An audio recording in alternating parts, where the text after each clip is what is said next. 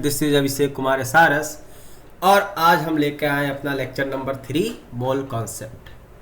ठीक, तो I think lecture number 1 और लेक्चर नंबर 2 आप लोगों ने ले लिया होगा, सब समझ में आया होगा। तो आज देखो कुछ माहौल भी चेंज है, हमने आज ब्लैक बोर्ड वाला फील देने का कोशिश किया है।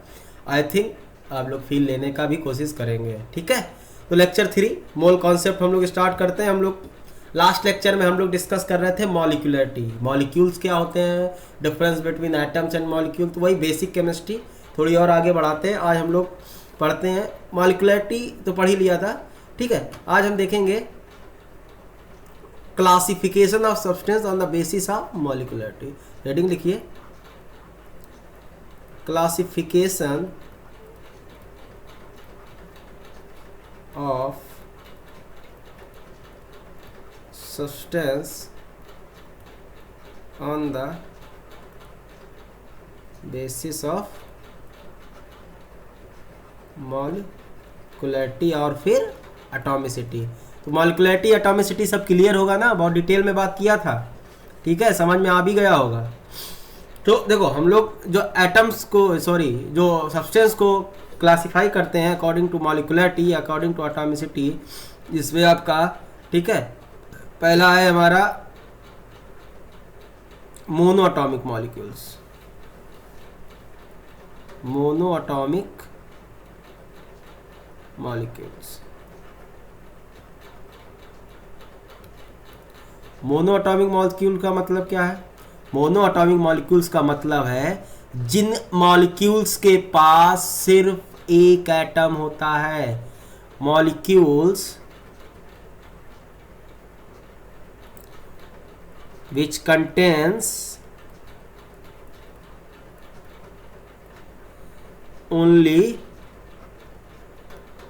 single atom। क्या? एक एटम।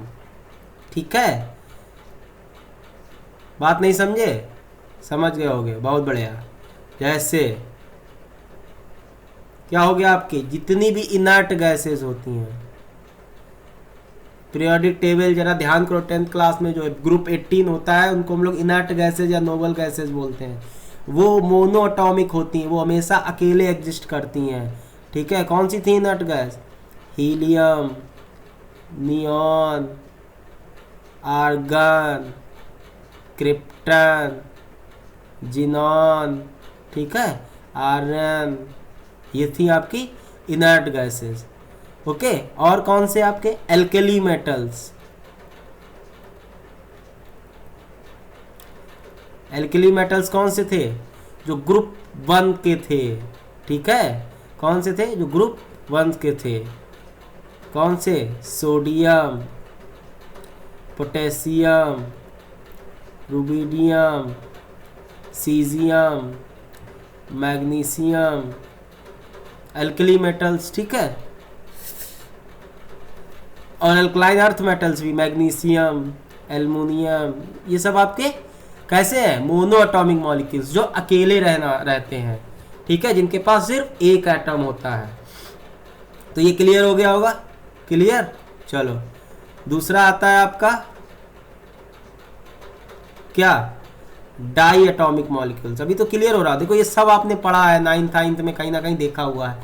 बस हम चाह रहे हैं कि आपको कोई शिकायत ना रह जाए कि हमें ये नहीं आता, हर एक चीज़ बता रहा हूँ। इसीलिए थोड़ा मेरा लेक्चर्स भी लंबा चला जाएगा, चैप्टर भी, लेकिन क्या है तुम्हें सीखना है यहाँ पे। ठीक, सिर्फ जेई या नीट का एग्जाम क्रैक करने के लिए हर एक चीज़, छोटी छोटी चीज़ आपकी क्लियर होनी चाहिए। ठीक है, डाई एटॉमिक मॉलिक्यूल्स। ठीक है, अब ये क्या होते हैं? अब तो समझ गए होंगे। Molecules which contains 2 atoms. ठीक है, molecule which contains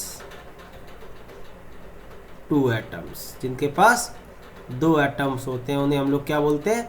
die atomic molecules. ठीक है, अब इसमें भी आपके 2 केसेस आ जाते हैं। 2 केसेस जैसे समझो, इसमें 2 एटम है ना, दोनों एटम सेम हो सकते हैं, दोनों एटम डिफरेंट हो सकते हैं। सेम एटम भी हो सकते हैं और डिफरेंट एटम भी हो सकते हैं। ठीक है, जो सेम एटम होते हैं, जो डिफरेंट एटम होते हैं उनको हम लोग बोलते हैं हेट्रो एटॉमिक। क्या बोलते हैं? Hetero atomic molecules. ठीक है, और जो डिफरेंट सेम होते हैं उनको बोलते हैं हम लोग होमो एटॉमिक। क्या बोलते हैं? होमो एटॉमिक मॉलिक्यूल्स। इसमें आपके एग्जांपल्स देखो, सेम वाले में होमो एटॉमिक में बहुत सारे हैं। H2 देखो, दो एटम सेम टाइप के जुड़े होते हैं, और डायटॉमिक है। O2, N2, F2, Cl2, Br2, बहुत सारे हैं। डिफरेंट एटम, डिफरेंट में मतलब दो ही एटम्स हों उसके भी पास, लेकिन दोनों अलग अलग हों। जैसे NaCl, एक Na है एक Cl है।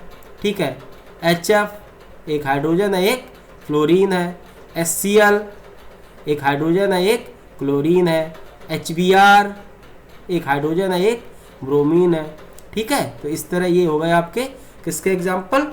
डायटॉमिक मॉलिक्यूल्स के। बात समझ रहे हो? झेल तो नहीं रहे हो ना? पक्का। इसी तरह आते हैं आपके, अब आते हैं आपके क्या, तीसरे नंबर, ट्राई एटॉमिक मॉलिक्यूल्स। क्या आते हैं? Try atomic molecules. अब देखो, अब तो नाम से ही समझ में आया, वो मॉलिक्यूल जिनके पास 3 एटम्स हो। तो मॉलिक्यूल्स which contains कितने एटम्स? 3 एटम्स। ठीक है, इसमें भी आपके होमोएटॉमिक हो सकते हैं और हेट्रोएटॉमिक दोनों हो सकते हैं, कोई दिक्कत नहीं है। ठीक है, तो इसमें अगर एग्जांपल देखा जाए आपका, जैसे अगर होमोएटॉमिक का एग्जांपल देखा जाए, होमोएटॉमिक मतलब तीनों एटम सेम होंगे तो ट्राइएटॉमिक में होमोएटॉमिक मॉलिक्यूल हो जाएगा। ठीक है, इसका एग्जांपल है तो ओजोन ले सकते हो, O3। ठीक है, अगर हेट्रो की बात करेंगे, हेट्रो में आप मैग्नीशियम क्लोराइड देखो, MgCl2। ठीक है, डिफरेंट डिफरेंट हो। SnCl2, sorry SnCl2, calcium hydroxide, calcium hydroxide नहीं होगा, कैल्शियम, हाँ हो जाएगा, नहीं इसमें एटम ज़्यादा होगा, एटॉमिसिटी ज़्यादा होगी। ठीक है, मतलब हेट्रो तो है लेकिन ट्राई वाले का केस नहीं है। ठीक है, H2S ले लो, H2S हो गया, CO2 हो गया, ठीक है, SO2 हो गया, ऐसे ही आप बहुत सारे लिख सकते हैं। तो ठीक है, ट्राई एटॉमिक समझ में आ गया, बहुत आसान है, आराम से बढ़ते चलते हैं, देखते चलते हैं, समझते चलना। ठीक है, फोर्थ वन आपका हो गया क्या? Tetra atomic. Tetra atomic molecules, तो नाम से ही समझ गए, अब तो समझ में आ गया होगा। टेट्रा एटॉमिक सर, जिनके पास 4 है। ठीक है, तो मॉलिक्यूल्स कंटेन्स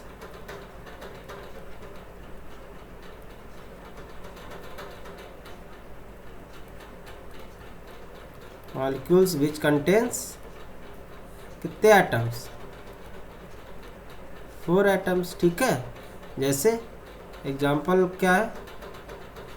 एग्जाम्पल में हम लिख सकते हैं P4 फास्फोरस। ठीक है, SO3, ठीक है, NH3, बहुत सारे।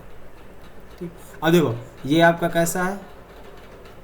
ये आपका है होमोएटॉमिक। कैसा है? ये कैसे हैं? हेट्रोएटॉमिक। मच्छर कितना लग रहा है। ठीक है, तो ये आपके एग्जाम्पल हो। ओके, आगे बढ़ते हैं। फिर आते हैं आपके 5वें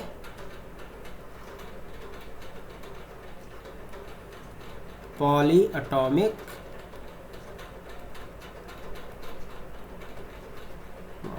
पॉलीएटॉमिक, जो एटम 4 से ज़्यादा एटम रखते हैं, ठीक है।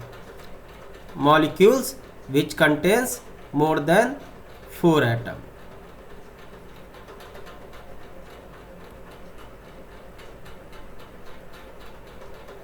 which contains more than 4 atoms। बात समझे कि नहीं? ठीक है, इसमें 4 एटम्स सल्फर हो गया, एसिड के फॉर्म में होता है, ठीक है। तो ये आपको मॉलिक्यूलरिटी या एटॉमिसिटी के अकॉर्डिंग हम लोग कैसे क्लासिफाइड करते हैं एटम्स, ये आपको समझ में आ गया होगा, ठीक है। अब हम लोग बढ़ते हैं कहाँ, आगे, ठीक है। कितना आगे देखते हैं, तो आगे बढ़ में क्या देखना है हमको, अब अगला देखना है हमें, मॉलिक्यूल हो गया, मॉलिक्यूलरिटी हो गया। अब देखना है हमको क्या, मॉलिक्यूलर मास। क्या देखना है, मॉलिक्यूलर मास।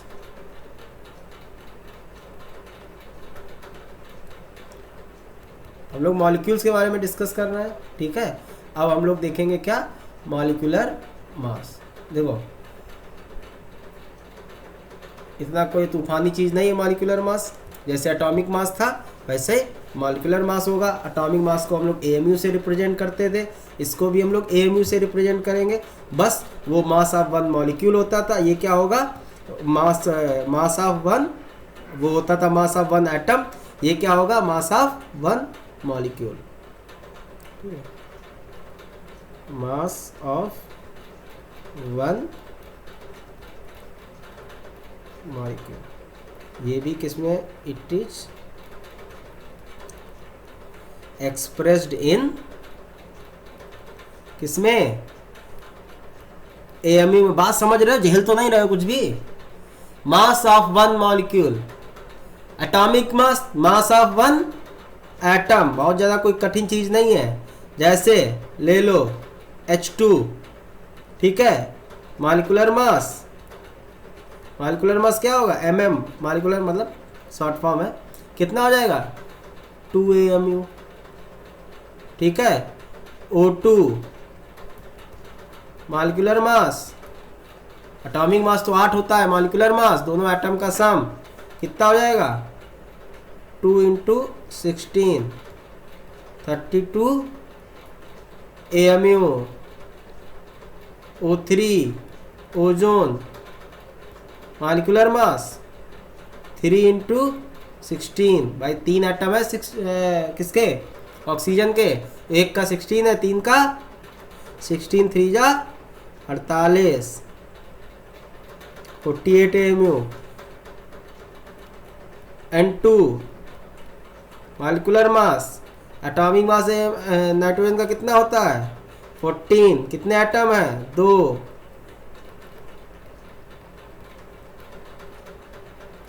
ठीक है।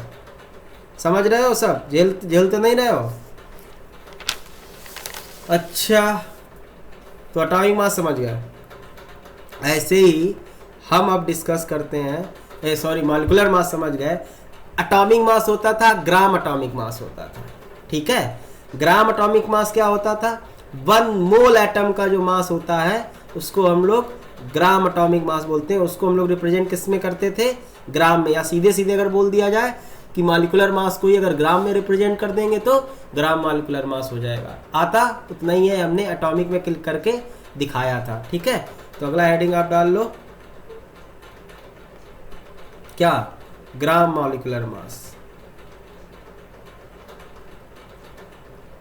ग्राम मॉलिक्यूलर मास, ठीक है। ये क्या होता है, इसको हम लोग GMM भी शॉर्ट फॉर्म में बोल देते हैं। एटॉमिक मॉलिक्यूलर मास को ग्राम एटॉमिक मास को हम लोग क्या बोलते थे, GAM, ठीक है। तो इसको हम लोग लिख सकते हैं, mass of 1 mole of molecule of substance, ठीक है। 1 मोल में कितने मॉलिक्यूल? Na molecule. Na मतलब 6.023 इंटू 10 की पावर 23, तो सीधे ये भी हो सकता है मास ऑफ 6.023 इंटू 10 की power 23 molecule of substance.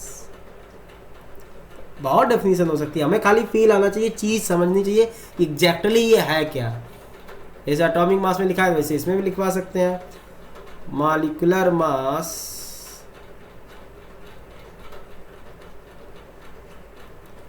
Expressed in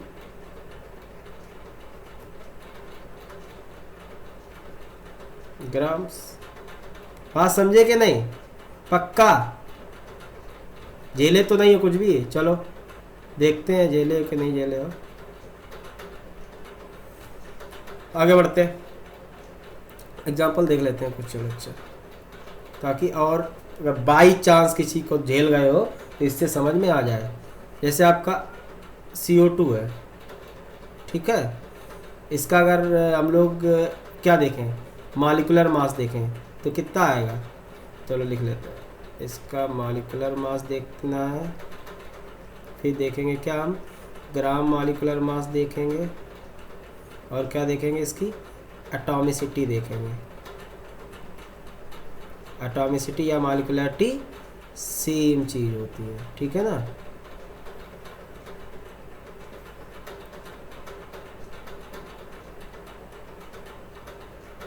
चलो हाँ, तो किसका बात कर रहे थे हम? CO2 का। CO2 का मॉलिक्यूलर मास कितना आएगा? ऑक्सीजन का 16 इंटू 2 32 और 12 44 AMU। और ग्राम मॉलिक्यूलर मास कुछ नहीं, 44 ग्राम। एटॉमिसिटी 2 और 1 3, ठीक है। ऐसे आप ग्लूकोज का देखो, क्या है फार्मूला? C6H12O6, ठीक है। इसको क्या बोलते हैं हम लोग? ग्लूकोज, ठीक है। इसका मॉलिक्यूलर मास निकालो, 12 इंटू 6 तो 48 प्लस 12 48 प्लस 12 प्लस 16 इंटू 6 96 48 और 12 कितना होगा? 60 एक मिनट, हाँ 96 12 और 12 6 72 होता है, 48 नहीं होता है, ठीक है। इतना भी नहीं पता हमको तो अरे एक मिनट, ठीक है। तो 12 6 72 प्लस, तो क्या हो जाएगा ये जब सम करोगे तो कितना आएगा? 96 72 और 12, तो 2 2 4 6, तो ये हो जाएगा 100 और ये हो जाएगा 180 AMU, ठीक है। अब इसका जब वो करोगे तो 180 ग्राम। एटॉमिसिटी 6 प्लस 12 प्लस 6 कितना हो गया? 24। देखो जिन्होंने नहीं लास्ट लेक्चर के एटॉमिसिटी नहीं समझ में आया फिर से समझ लें, देखो मैं फिर बता दे रहा हूँ, ठीक है ना। अगला ले लो, आपके MnO4 निकालो सब लोग, ठीक है, बार बार नहीं निकलवाऊंगा मैं। MnO4 के बाद आप तुम यूरिया ले सकते हो। यूरिया का फार्मूला होता है NH2CO NH2, ठीक है। यूरिया के बाद आप मोर सॉल्ट ले लो। मोर सॉल्ट का जिसका हमने मॉलिक्यूलरिटी लास्ट लेक्चर में निकलाया था, मोर सॉल्ट का फार्मूला होता है आपका FeSO4 NH4 का होल ट्वाइस SO4.6H2O, ठीक है। इस तरह आप सबके निकाल सकते हो। तो ग्राम मॉलिक्यूलर मास क्लियर हो गया होगा, एटॉमिसिटी क्लियर हो गया होगा, और मॉलिक्यूलर मास क्या होता है ये क्लियर हो गया होगा। समझ में आ रहा है कि नहीं? पक्का? चलो अब हम लोग आगे बढ़ते हैं, आगे बढ़ के देखते हैं आगे की चीज़ें। एक मिनट इरेज कर दे, जगह नहीं बची बोर्ड में, ठीक है ना। तो देखो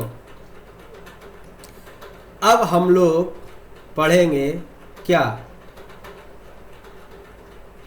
नंबर ऑफ ग्राम मॉलिक्यूल। कैसे, जैसे पढ़ते थे नंबर ऑफ ग्राम एटम्स, उनको ही हम लोग मोल्स बोलते थे, ठीक है। तो ये बात जरा क्लियर समझना, ठीक है, कि अगर हमको निकालने हो नंबर ऑफ ग्राम मॉलिक्यूल्स, इसको ही हम लोग क्या बोलेंगे, नंबर ऑफ मोल्स भी बोलेंगे। इसको हम लोग स्मॉल एन से ज़्यादातर रिप्रेजेंट करते हैं। इसका होता है गिवन मास, किसमें, ग्राम में, अपॉन ग्राम मॉलिक्यूलर मास। क्या होना चाहिए, ग्राम मॉलिक्यूलर मास।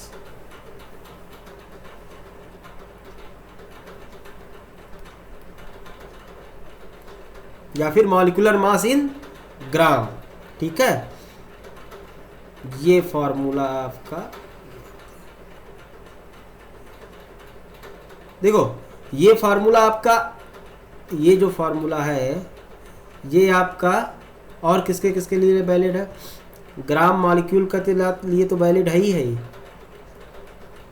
ठीक है। इसी को हम लोग ग्राम एटम्स भी बोलते हैं, अगर number of moles of atoms निकालने हो, ठीक है। या फिर ग्राम आयंस हो, इसको बोलते हैं।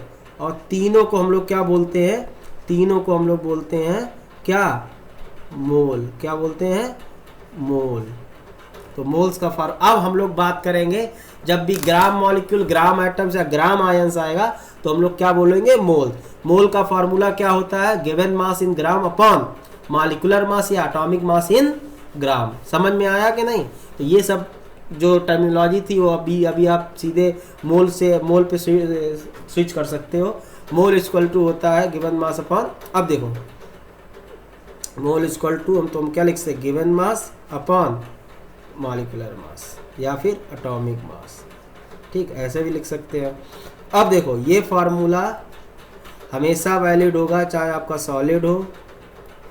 मोल्स निकालने का ये फार्मूला, चाहे आपका लिक्विड हो चाहे आपका गैस हो, ठीक है, ऑलवेज वैलिड रहेगा।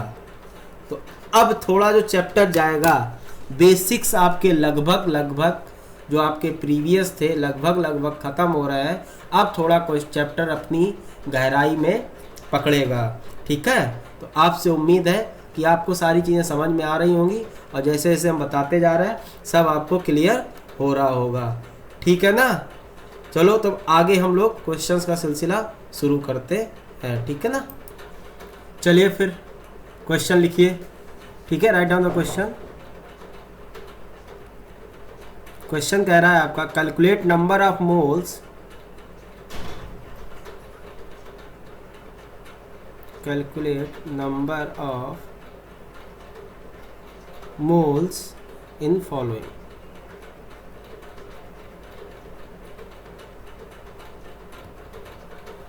ठीक है, जिसमें आपका फर्स्ट पार्ट है 9 gram of H2O,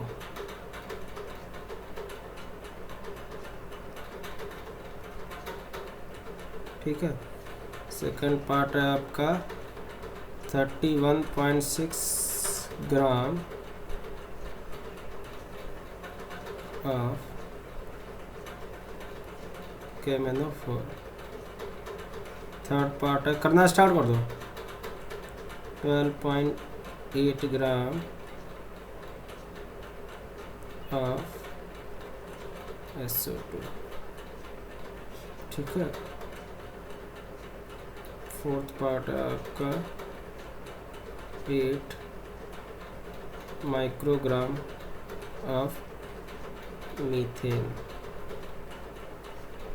fifth part है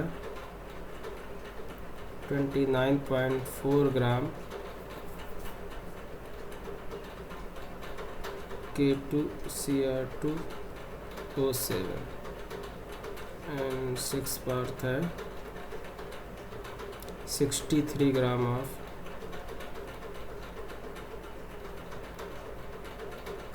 H2C2O4.2H2। 6 के 6 पार्ट करो, बहुत आसान है, कोनो दिक्कत नहीं है। ठीक है,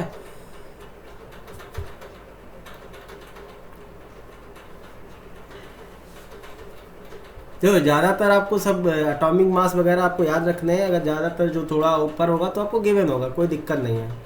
ठीक है, जैसे 9 ग्राम ऑफ H2 हमें क्या निकालना, नंबर ऑफ मोल्स। मोल्स क्या होता है, given mass upon molecular mass in gram. Given mass 9 है, मॉलिक्यूलर मास कितना होगा 18 होगा, कितना आ गया 0.5 मोल्स।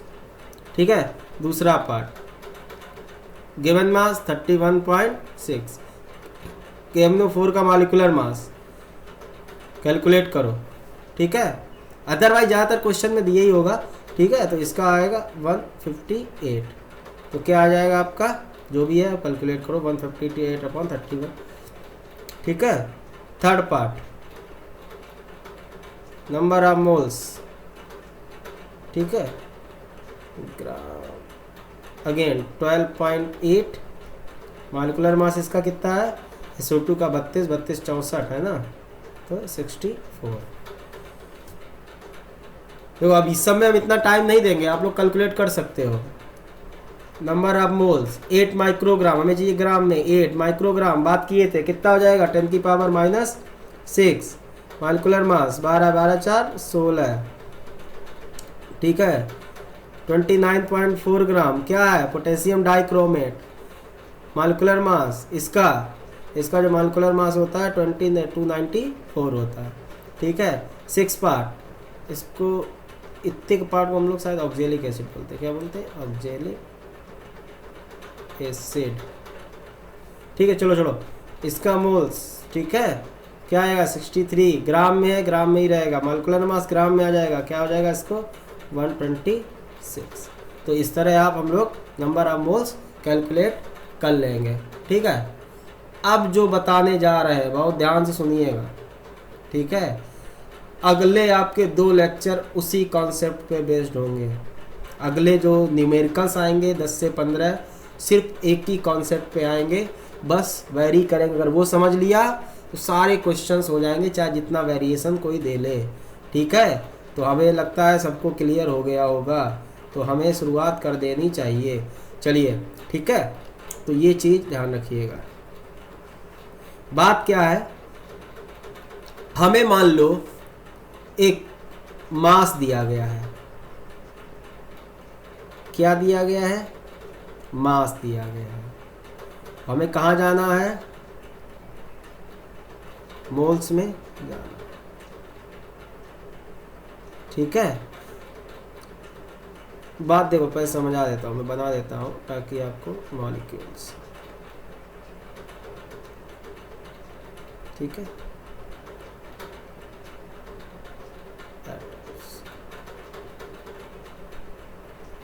अब देखो बात समझो, मास से मोल्स में जाने के लिए, मास से अगर हमें मोल्स में जाना हो, ठीक है, तो क्या करते हैं, मोल्स इक्वल टू क्या होता है, गिवन मास अपॉन मॉलिक्यूलर मास। मोल्स से अगर मॉलिक्यूल में जाना हो, अगेन एक मोल में कितने मॉलिक्यूल, Na मॉलिक्यूल, तो मोल्स को हम लोग एवोगैड्रो नंबर से मल्टीप्लाई करा देते हैं। अब मॉलिक्यूल से अगर एटम में जाना हो, तो एक मॉलिक्यूल में कितना एटम है, जैसे मान लो CH4 का एक मॉलिक्यूल है, तो उसमें कितने एटम है, 5 एटम है। 5 एटम बेसिकली क्या है, एटॉमिसिटी। तो हम लोग क्या करते हैं, मॉलिक्यूल्स को किससे मल्टीप्लाई करा देते हैं, एटॉमिसिटी से, तो हमें एटम्स आ जाते हैं। समझ में आ रहा है कि नहीं, बात बिल्कुल समझिएगा, झेलिएगा नहीं बिल्कुल। अच्छा, अगर हमें बैक जाना हो एटम्स दिए गए हो, मॉलिक्यूल पता करना हो, तो क्या करेंगे, वही जो एटम्स दिए गए हैं उनको हम लोग डिवाइड करा देंगे किससे, अगेन वही एटॉमिसिटी या मॉलिक्यूलरिटी से। बात समझे, हमें वापस जाना है, अब वापस जाएंगे तो डिवाइड करा देंगे। मॉलिक्यूल दिए गए हैं, मोल्स निकालने हैं, तो क्या करेंगे, वही मॉलिक्यूल्स को हम लोग क्या करेंगे, किससे डिवाइड कर देंगे, एवोगैड्रो नंबर से। अगर मोल्स दिए गए मास में जाना है तो मोल्स दिए गए मास में जाना है तो मोल्स को किससे मल्टीप्लाई करा देंगे, मॉलिक्यूलर मास से। बात समझ रहे हो कि नहीं, बात समझना, इस पे सारे क्वेश्चन देखना, इतने सही सही क्वेश्चन बनते हैं, मस्त मस्त, कुछ कहने के नहीं, एकदम भौकाली भौकाली क्वेश्चन। अच्छा, अगर हमें इलेक्ट्रॉन प्रोटॉन निकालने हैं, जैसे मान लो कितना इलेक्ट्रॉन है उस मॉलिक्यूल में, कितना प्रोटॉन है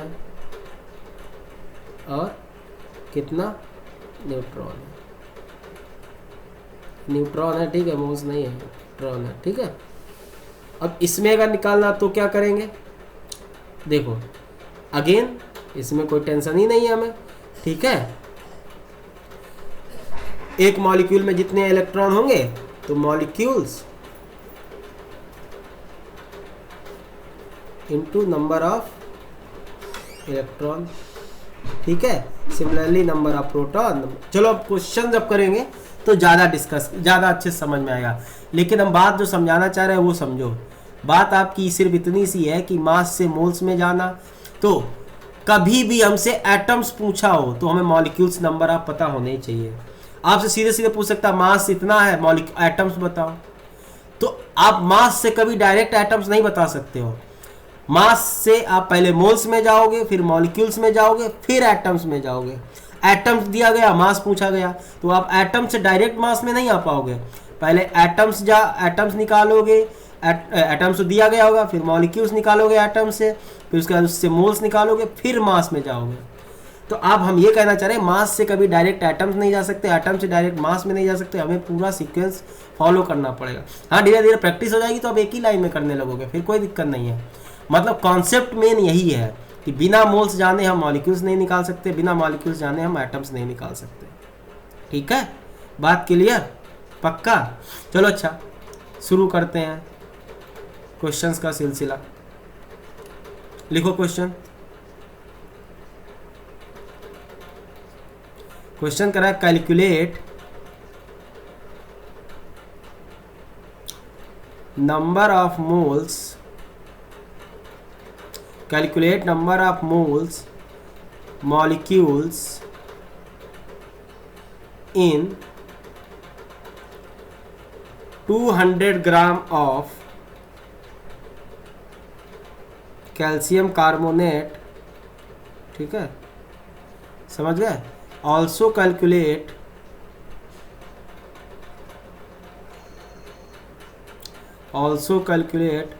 number of atoms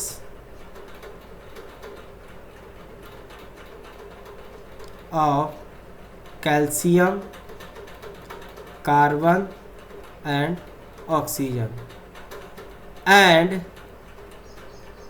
calculate number of electron,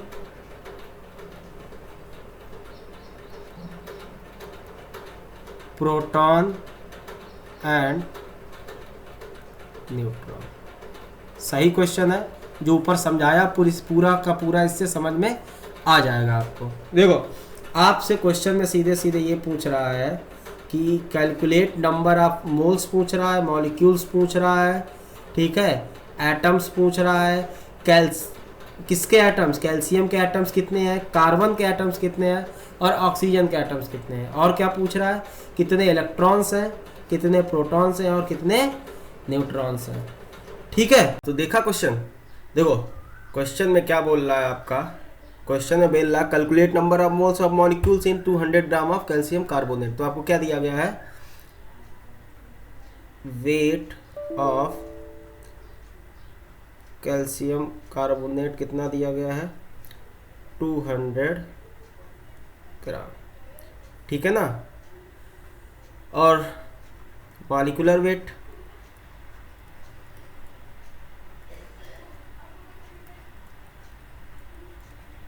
कितना होगा? कैल्शियम का होता है 40, कार्बन का 12, ऑक्सीजन, एक ऑक्सीजन एटम का कितना होता है 16, 3 एटम में कितना हो गया 48, 40 और 8 और 12 60, 60 और 4 100, तो कितना हो गया 100 ग्राम हो गया इसका मॉलिक्यूलर वेट। देखो हमें मोल्स के लिए कैलकुलेट करने ना, मोल्स क्या होता है number of moles of CaCO3, कैसे निकलेगा given mass upon molecular mass, mass कितना दिया है 200 ग्राम और मॉलिक्यूलर मास कितना है 100 ग्राम, कितने मोल्स आ गए 2 मोल्स। तो पहला पार्ट पता चल गया। अब पूछ रहा है मॉलिक्यूल्स, देखो बात समझो, अब पूछ रहा है मॉलिक्यूल्स, मॉलिक्यूल्स कितना होगा, एक मोल में Na मॉलिक्यूल्स होता है, 2 मोल में कितना मॉलिक्यूल होगा 2Na। बात समझ रहे हो, कुछ भी इतना टफ नहीं है, एक मोल में Na मॉलिक्यूल तो 2 मोल में 2Na मॉलिक्यूल। अच्छा तो हमें मोल्स पता चल गया, मॉलिक्यूल्स पता चल गया।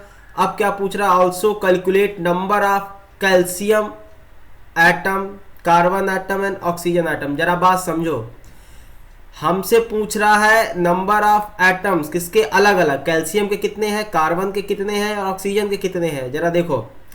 तो देखो number of atoms of calcium, बात समझो, एक मॉलिक्यूल में कितने कैल्शियम के एटम होंगे, एक मॉलिक्यूल में कितना कैल्शियम का एटम होगा। अरे भाई साहब जरा इधर देखो, हमारे पास CaCO3 है, ये एक मॉलिक्यूल है मान लो कैल्शियम कार्बोनेट का, उसमें कैल्शियम का कितना एटम है, एक ही ना एटम है, इसको बोलते हैं एटॉमिसिटी ऑफ कैल्शियम।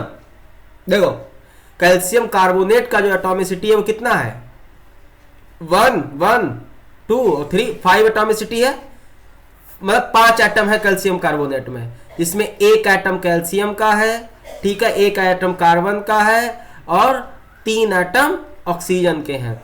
तो कैल्शियम का एटॉमिसिटी 1 हुआ, कार्बन का एटॉमिसिटी 1 हुआ और ऑक्सीजन का एटॉमिसिटी 3 हुआ। बात समझे? तो बस यही सब हमको करना है। एक मिनट, अरे यार रेज भी करना पड़ता ना, ठीक है ना। तो अब देखो बात समझो, आगे क्या करना हमको, आगे हमें ये करना है, तो number of atoms of calcium, एक मॉलिक्यूल में कितने एटम है कैल्शियम के, एक, तो 2Na मॉलिक्यूल में कितने होंगे 2Na इंटू 1, तो कितने हो गए एटम 2Na एटम।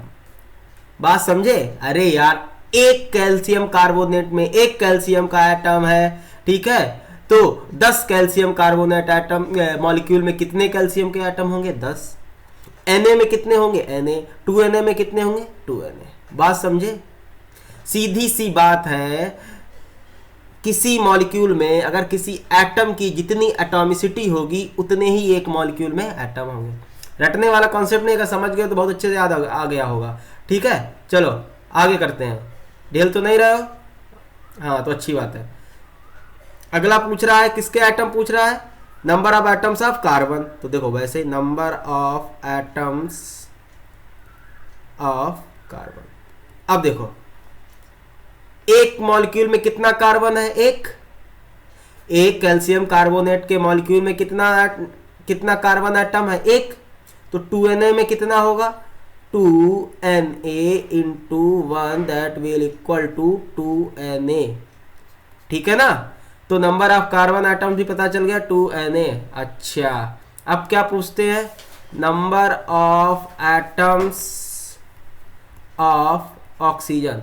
बात समझो, कैल्शियम कार्बोनेट CaCO3, एक कैल्शियम कार्बोनेट के मॉलिक्यूल में कितने एटम हैं ऑक्सीजन के 3, ठीक है, तो 2Na मॉलिक्यूल में कितने होंगे मल्टीप्लाई बाई 3, तो कितने आ गए 6Na।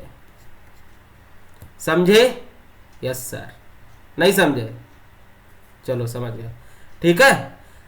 तो हमें पता चल गया क्या क्या पूछा गया था हमसे।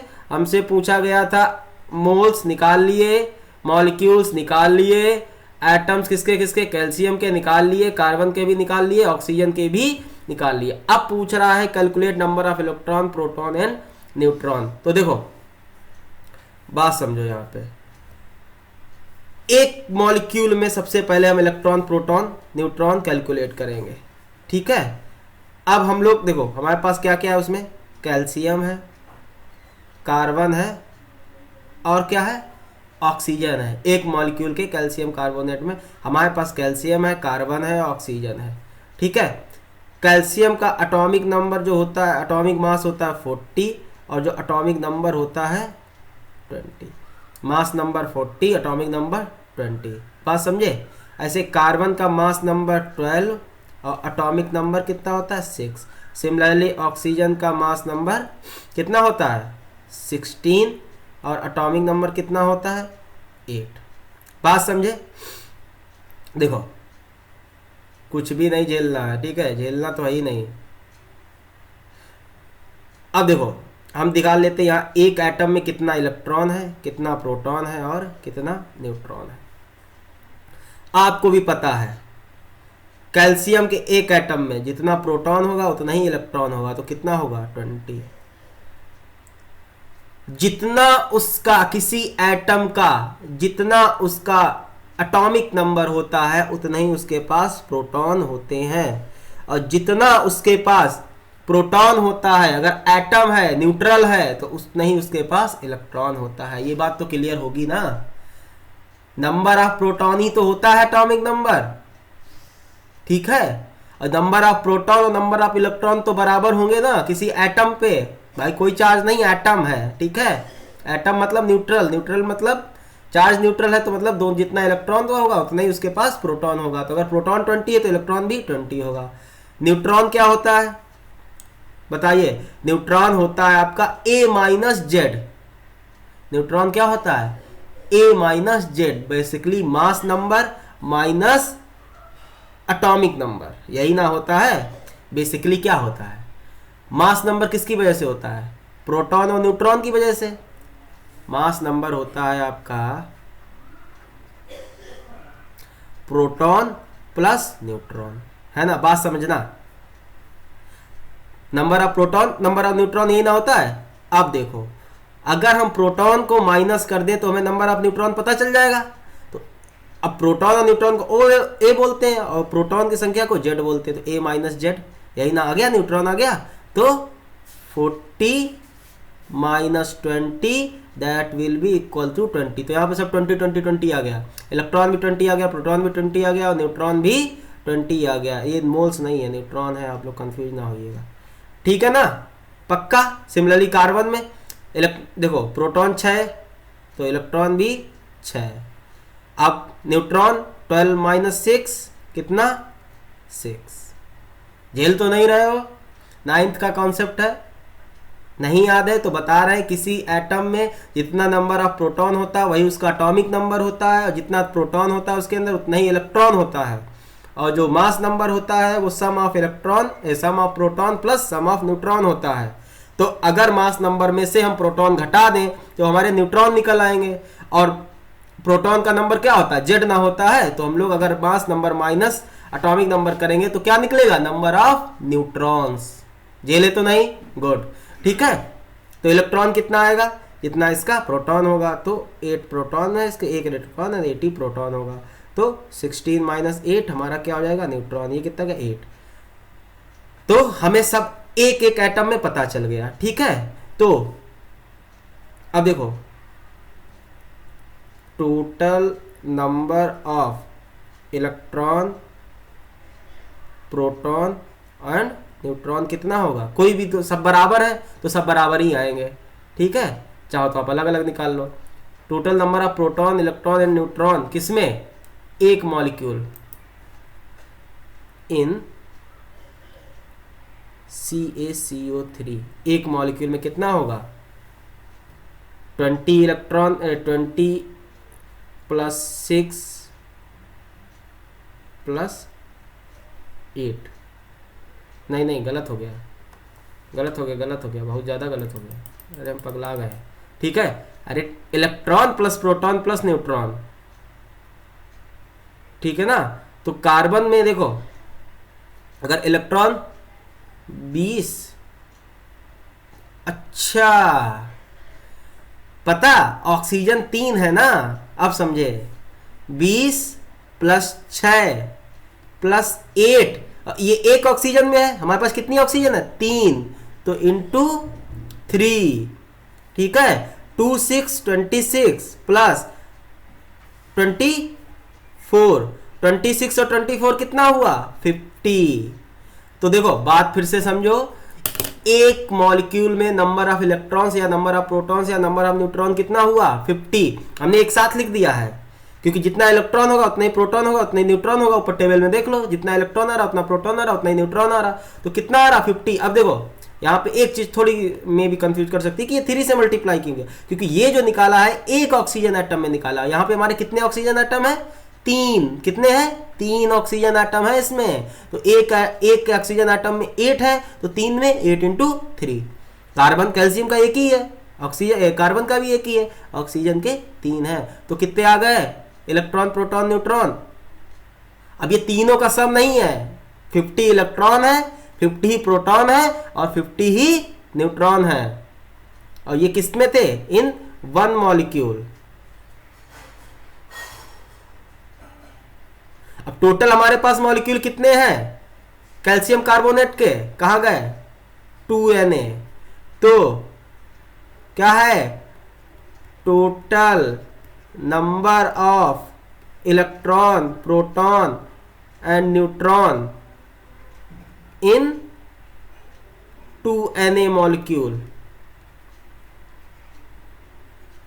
कितना आ जाएगा 2Na, एक में कितना है 50, तो इतने में कितना आ जाएगा मल्टीप्लाई बाय 50, तो 50 100Na, ये आ गया आपका आंसर। देखो क्वेश्चन फिर से समझो, बहुत सही क्वेश्चन था, ये क्वेश्चन समझ गए तो आगे के क्वेश्चन लगाने में आसानी होगी। देखो बात आती है हमारी क्वेश्चन पे, ठीक है, क्वेश्चन हमारा क्या कह रहा है, क्वेश्चन हमारा बस इतनी सी बात कह रहा है कि हमें सबसे पहले आपको हमें दिया क्या गया, हमें 200 ग्राम क्या दिया गया है कैल्शियम कार्बोनेट, और हमें क्या कैलकुलेट करना मोल्स मॉलिक्यूल्स एंड कैल्शियम के एटम, कार्बन के एटम एंड ऑक्सीजन के एटम, किसमें 200 ग्राम कैल्शियम कार्बोनेट में।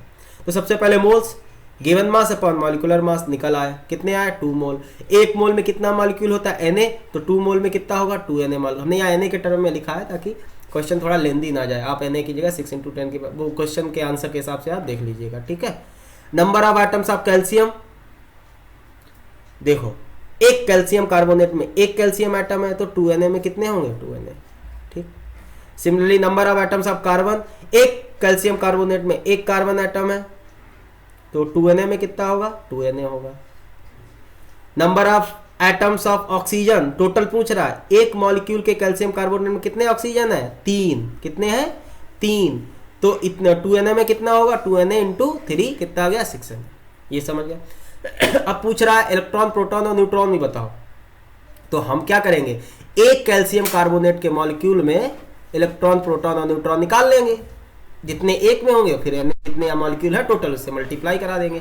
ये कैसे निकालेंगे, तो पहले हम कैल्शियम एटम में देखेंगे कितने इलेक्ट्रॉन प्रोटॉन न्यूट्रॉन है, कार्बन में देखेंगे और ऑक्सीजन में देखेंगे, ठीक है। तो हमने वो यही करने की कोशिश की कि एक कैल्शियम एटम में 20 इलेक्ट्रॉन आ रहा है, 20 प्रोटॉन आ रहा है और 20 न्यूट्रॉन आ रहा है। ऐसे ही एक कार्बन एटम में 6 इलेक्ट्रॉन 6 प्रोटॉन और 6 न्यूट्रॉन आ रहा है। ऐसे ही एक ऑक्सीजन एटम में 8 इलेक्ट्रॉन 8 प्रोटॉन और 8 न्यूट्रॉन आ रहा है, ये एक में आ रहे हैं। तो हमें यहाँ से पता चला इलेक्ट्रॉन प्रोटॉन न्यूट्रॉन सब में बराबर बराबर है। देखो कैल्शियम में भी इलेक्ट्रॉन, जितना इलेक्ट्रॉन है उतना ही प्रोटॉन है उतना ही न्यूट्रॉन है, ठीक है। ऐसे कार्बन में भी जितना इलेक्ट्रॉन है उतना प्रोटॉन है उतना ही न्यूट्रॉन है, ये हमेशा ट्रू नहीं होता है, ठीक है। ऐसे ही ऑक्सीजन में भी जितना इलेक्ट्रॉन है उतना ही प्रोटॉन है उतना ही न्यूट्रॉन है। तो टोटल इलेक्ट्रॉन प्रोटॉन और न्यूट्रॉन इन वन मॉलिक्यूल कितना आएगा, ऐड कर दो, एक मॉलिक्यूल में एक कैल्शियम है एक कार्बन है 3 ऑक्सीजन है, तो एक कैल्शियम की वजह से इलेक्ट्रॉन प्रोटॉन न्यूट्रॉन, एक कार्बन की वजह से इलेक्ट्रॉन प्रोटॉन न्यूट्रॉन और 3 ऑक्सीजन की वजह से इलेक्ट्रॉन प्रोटॉन न्यूट्रॉन, क्योंकि हमारे पास 3 ऑक्सीजन है तो उनको हमने एक कैल्शियम की वजह से 20 इलेक्ट्रॉन या प्रोटॉन या न्यूट्रॉन, एक कार्बन की वजह से 6 इलेक्ट्रॉन प्रोटॉन या न्यूट्रॉन। और सिमिलरली अब ये इलेक्ट्रॉन का भी संख्या 50 आ रहा है, प्रोटॉन का भी संख्या 50 आ रहा है, न्यूट्रॉन का भी संख्या 50 आ रहा है।